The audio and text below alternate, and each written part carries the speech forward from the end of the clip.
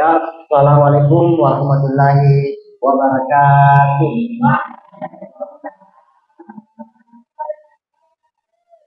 Alhamdulillahillazi unzila bihil Qur'an hudan linnas wa bayyinatin minal huda wal furqan. Asyhadu an la ilaha illallah wa asyhadu anna Muhammadan abduhu wa rasuluh. Allahumma shalli ala sayyidina Muhammadin wa ala alihi wa ashabihi ajma'in. Ya ayyuhallazina amanu kutiba alaikumus syiyam kama kutiba alal ladzina min qablikum la'allakum tattaqun. Shadaqallahul azim. Yang saya hormati Ustaz Isnain yang sempat hadir pada sore hari ini, yang saya cintai anak-anakku sekalian, bahwa pada sore hari ini sudah sepantasnya dan sudah sepatutnya kita selalu bersyukur kepada Allah Subhanahu wa taala, yang mana pada sore hari ini kita masih diberi kesehatan dan kesempatan untuk hadir di ruangan ini guna untuk melaksanakan salah satu kegiatan Ramadan, yakni kajian iftar yang dilakukan di setiap sorenya. Selanjutnya, salam serta salawat atas junjungan Nabiullah Muhammad sallallahu alaihi wasallam, Nabi yang terakhir diutus ke permukaan bumi ini sebagai uswatun hasanah, sebagai pemimpin yang mesti diteladani dengan akhlak-akhlaknya.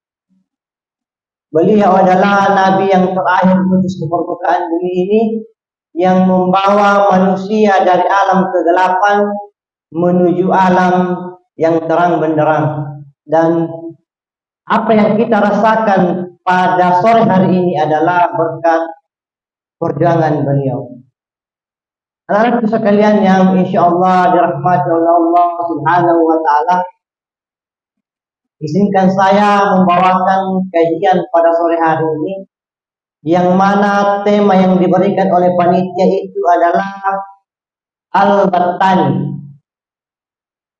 Jadi sebentar ketika saya jelaskan, yang mau dicatat yang penting-penting silahkan. Jadi yang perlu pertama diketahui bahwa Al-Battani ini adalah seorang ilmuwan astronomi. Tentunya anak-anakku sekalian sudah pernah mendengar apa itu kata astronomi. Astronomi itu adalah ilmu yang mempelajari tentang benda-benda langit, yang mempelajari tentang bintang, ilmu yang mempelajari tentang matahari, ilmu yang mempelajari tentang peredaran dan rotasi. Al-Battani adalah seorang astronom muslim yang terkemuka. Beliau adalah salah satu ilmuwan astronomi terbesar di dunia Islam.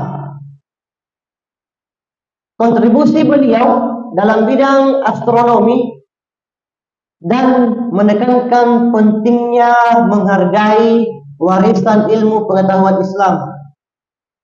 Nah, anak-anakku sekalian yang dirahmati oleh Allah Subhanahu wa taala, sebelum kita memasuki materi bahwa Al-Battani ini mempunyai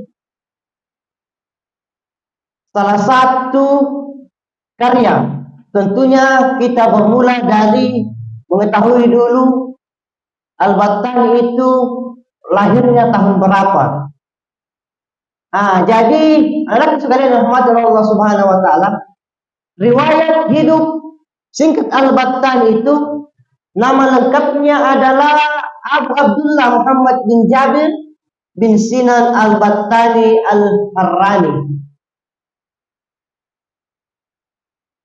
Anak sekalian, saya ulang bahwa nama lengkap dari Al-Battani itu adalah Abu Abdullah Muhammad bin Jabir bin Sinan Al-Battani Al-Harrani. Dan beliau ini lahir sekitar tahun 858 Masehi di Haran.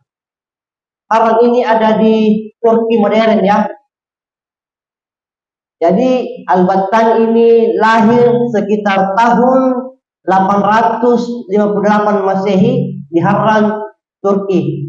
Kemudian beliau wafat pada tahun 929 Masehi di Samarra, masih di kota Irak. Latar belakang dari Al-Battan ini berasal dari keluarga pembuat instrumen ilmiah. Jadi Al-Battan ini berasal dari keluarga pembuat instrumen ilmiah. Anak sekalian yang dirahmati oleh Allah Subhanahu wa taala. Kita lanjut ke karya monumental dari Al-Battan itu sendiri. Jadi karya monumental dari Al-Battan itu adalah kitab Az-Zij.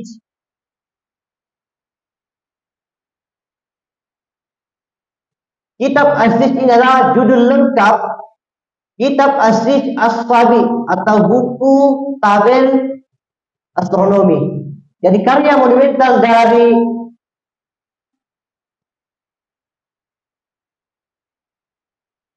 Abu Abdullah Muhammad bin Jabir itu adalah kitab Az-Zij. Kitab Az-Zij itu adalah buku tabel astronomi. Kemudian yang kedua adalah sintesis karya-karya astronom Yunani, India dan Persia. Jadi karya monumental dari Tabi ini adalah sintesis karya-karya astronom Yunani, India dan Persia.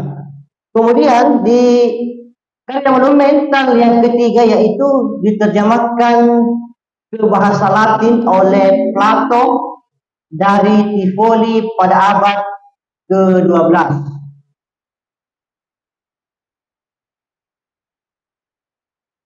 Kemudian yang keempat, karya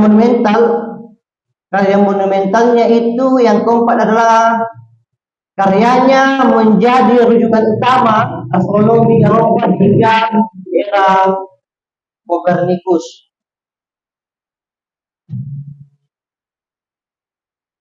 Lanjut ya. Kemudian kontribusi penting dalam astronomi itu sendiri adalah beliau ini menghitung panjang tahun matahari. Kontribusi penting dalam astronomi itu adalah menghitung panjang tahun matahari. Jadi beliau ini menentukan panjang tahun matahari dengan akurasi 365 hari, 5 jam, 46 menit, 24 detik dalam 1 tahun.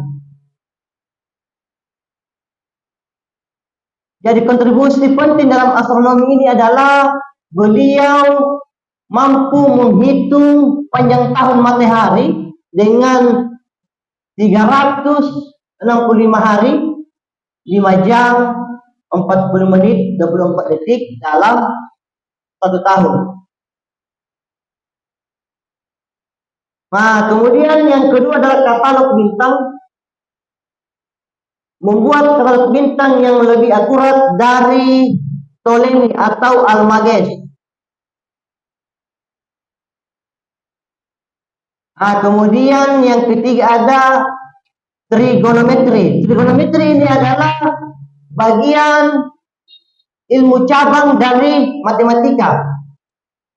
Saya ulang, jadi trigonometri ini adalah bagian ilmu cabang dari matematika yang menggunakan rumus sinus, kosinus, dan tangen. Seperti yang ada di gambar bahwa untuk membuat trigonometri ini harus menggunakan alat busur dan jangkar salah satunya.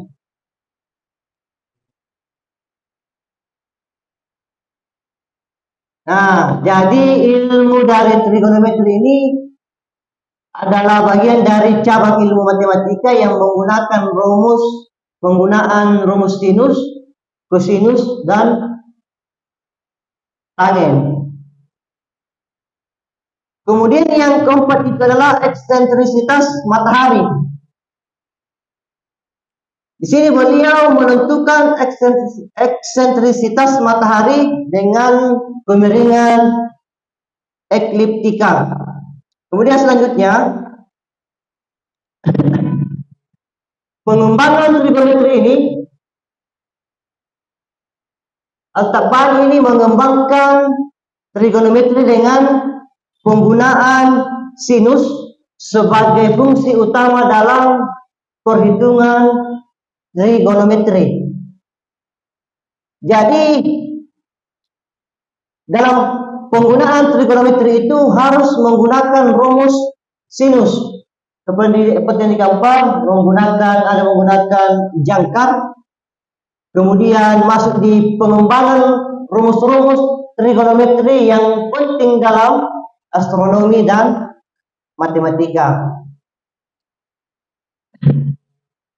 Kemudian masuk di penerapan trigonometri sferis untuk memecahkan masalah astronomi.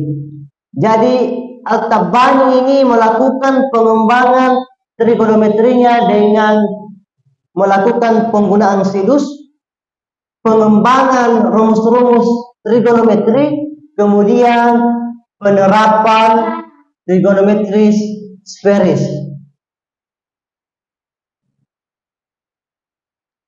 Kemudian selanjutnya, pengaruh Al-Battani pada ilmuwan Eropa. Jadi anak-anakku sekalian yang dirahmati Allah Subhanahu wa taala, bahwa karya Al-Battani ini akan menjadi dasar bagi penelitian astronomi oleh ilmuwan Eropa.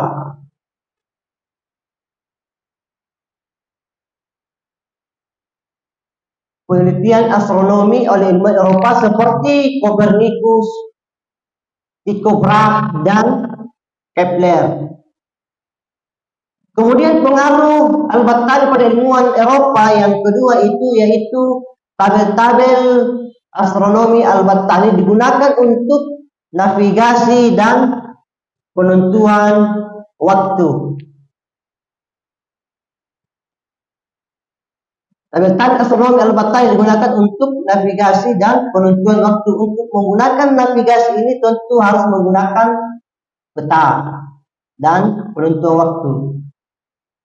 Dan tidak terlepas dari trigonometri yang menggunakan rumus tadi, bahwa ada rumus tangen, ada kontangen, dan ada sinus.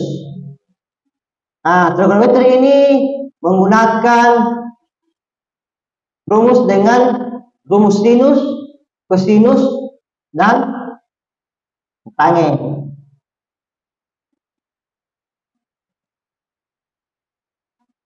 Kemudian pengaruh Al-Battani pada ilmuwan Eropa yang ketiga itu adalah konsep-konsepnya Al-Battani itu diadopsi dan dikembangkan lebih lanjut.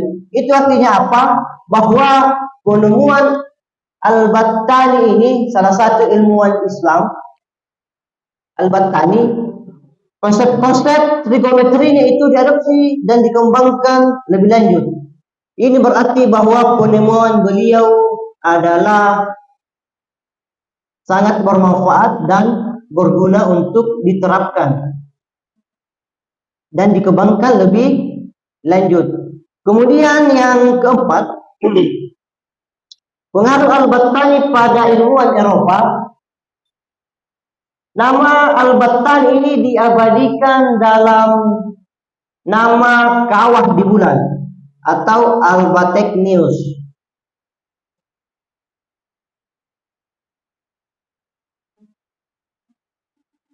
Kemudian Al-Battani juga memberikan warisan bagi dunia Islam.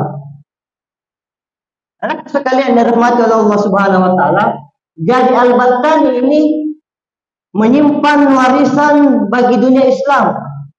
Jadi salah satunya itu adalah Al-Battani menjadi contoh ilmuwan muslim yang berkontribusi besar bagi peradaban manusia.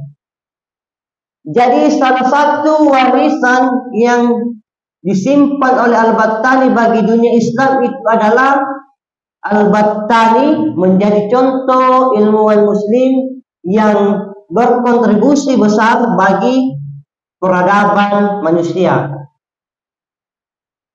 Kemudian warisan yang kedua dari Al-Battani bagi dunia Islam yaitu karya-karyanya menunjukkan kemajuan ilmu pengetahuan di dunia Islam pada abad pertengahan. Jadi tentunya Al-Battani ini menyimpan beberapa warisan bagi Islam. Sebagai ilmuwan Islam tentu harus menyimpan warisan-warisan yang bisa diwariskan kepada dunia Islam. Jadi yang kedua itu ada karya-karyanya menunjukkan kemajuan ilmu pengetahuan di dunia Islam pada abad pertengahan. Kemudian yang ketiga, menginspirasi generasi ilmuwan muslim berikutnya untuk mengembangkan ilmu pengetahuan. Jadi warisan dari Al-Battani ini bagi dunia Islam adalah beliau ingin menjadi inspirasi bagi dunia Islam untuk mengembangkan ilmu pengetahuannya, terutama ilmu astronomi.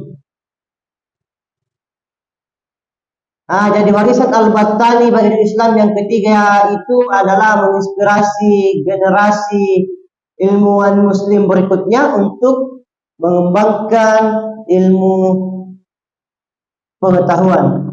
Kemudian yang keempat itu adalah pentingnya melestarikan dan mempelajari warisan ilmu pengetahuan Islam.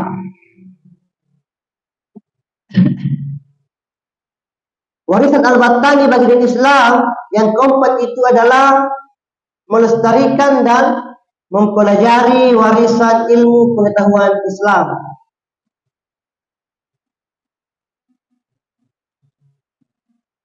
Kemudian selanjutnya,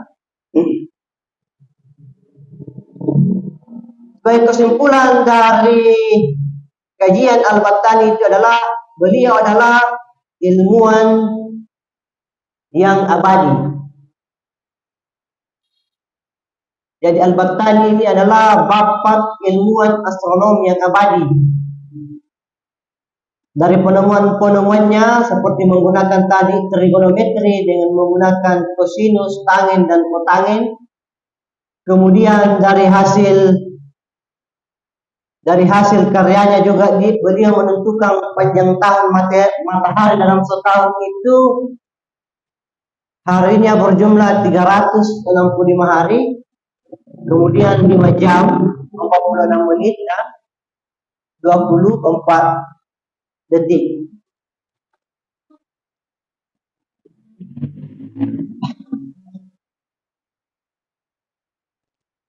Al-Battani ini adalah astronom yang terkemuka dalam dunia Islam.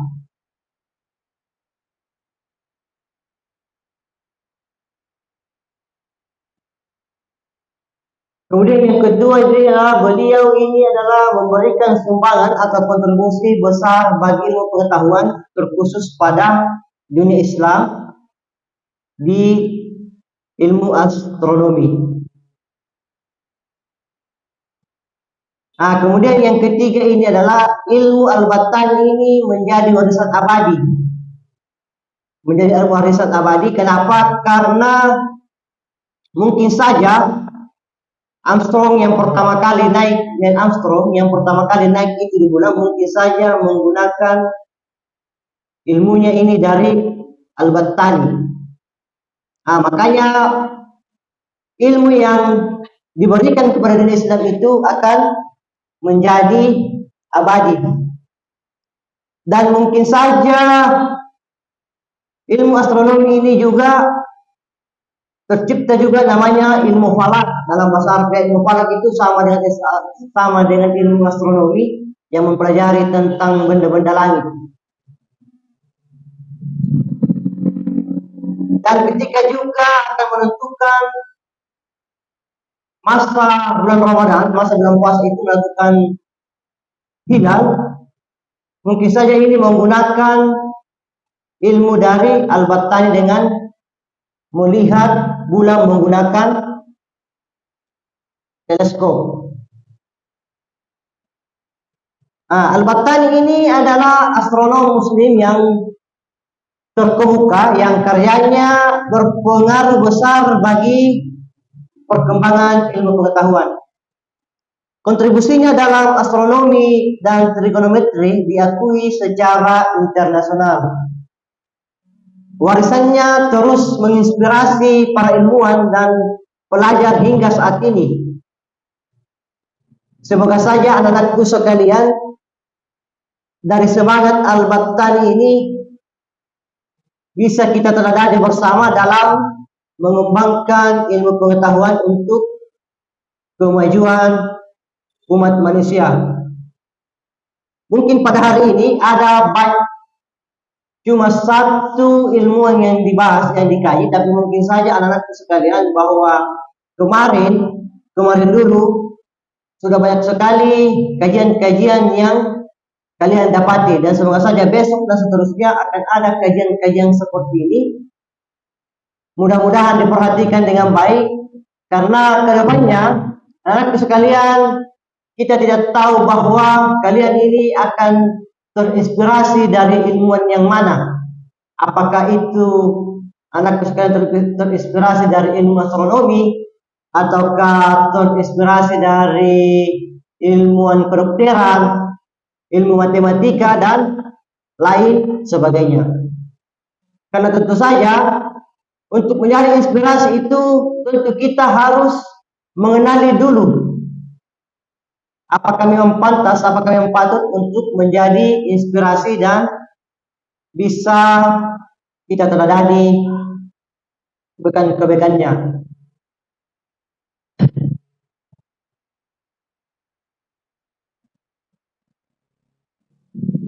Ya, sekalian, mungkin untuk kajian sore ini mungkin cukup sampai di sini. Sampai jumpa di kajian-kajian berikutnya, dan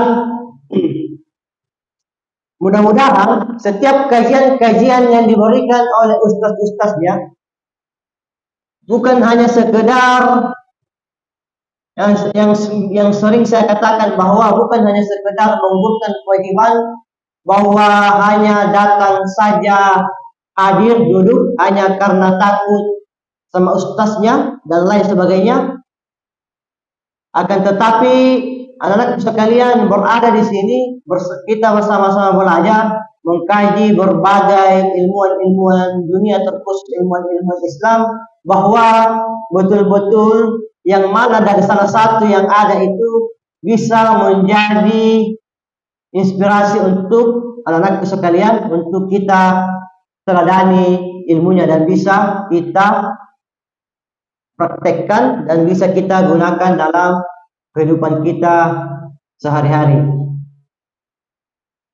Begitu ya anak-anak sekalian. Mudah-mudahan pertemuan hari ini membahas tentang Al-Battani, itu adalah ilmu astronomi. Minimal kita tahu bahwa yang dapat mengetahui tentang berapa hari dalam satu tahun, berapa jam, berapa menit, berapa detik, itu adalah ilmu dari Al-Battani dengan ilmu astronominya menggunakan trigonometri. Bahwa trigonometri itu menggunakan sinus, tangen, dan kontangen.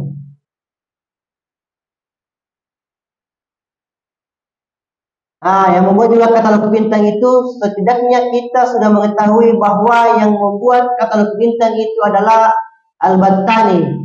Kemudian eksentrisitas matahari dan panjang tahun matahari.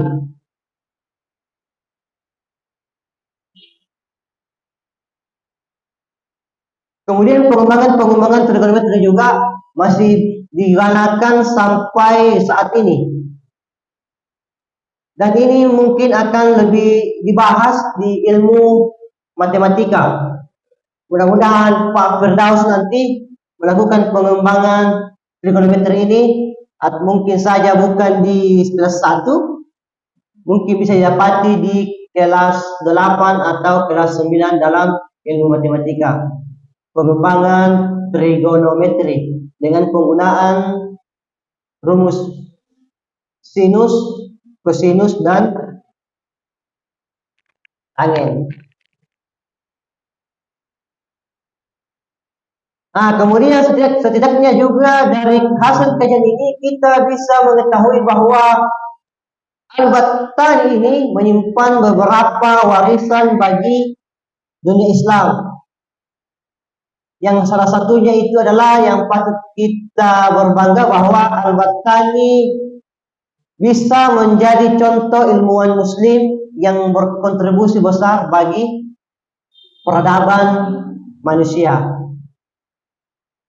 Kemudian Al-Battani juga mudah-mudahan karya-karyanya menunjukkan kemajuan ilmu di dunia Islam pada abad pertengahan. Dan Bapak Al-Battani juga ini menjadi inspirasi bagi generasi ilmuwan muslim berikutnya, dan mudah-mudahan salah satunya yang ada di tempat ini yaitu anak-anakku sekalian.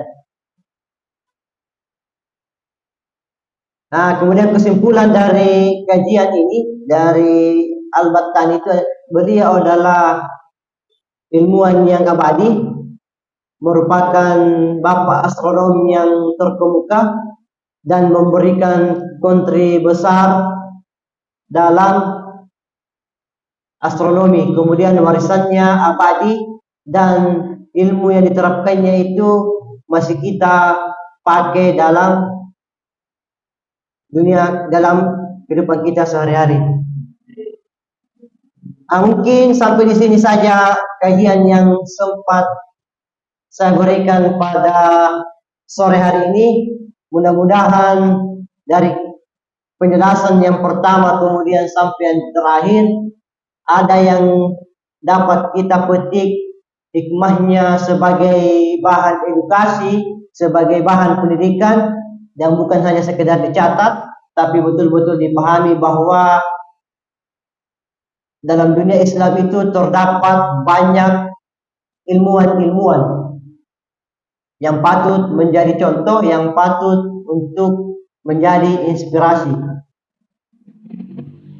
Sekalian yang dirahmati oleh Allah Subhanahu wa taala, mungkin cukup sekian yang sempat saya sampaikan pada sore hari ini. Apabila dalam penyampaian kajian tadi terdapat kata-kata yang kurang enak, apalagi sampai membuat kecewa dan sakit hati, itu semua adalah di luar dari apa yang saya inginkan. Maka dari itu, sebagai akhir kata, saya mengucapkan mohon maaf yang sebesar-besarnya dan mengucapkan terima kasih yang sebanyak-banyaknya atas perhatian anakku sekalian. Mungkin cukup sampai di sini. Saya akhiri dengan ucapan nun wal kalami wa ma yasdurun. Assalamualaikum warahmatullahi wabarakatuh.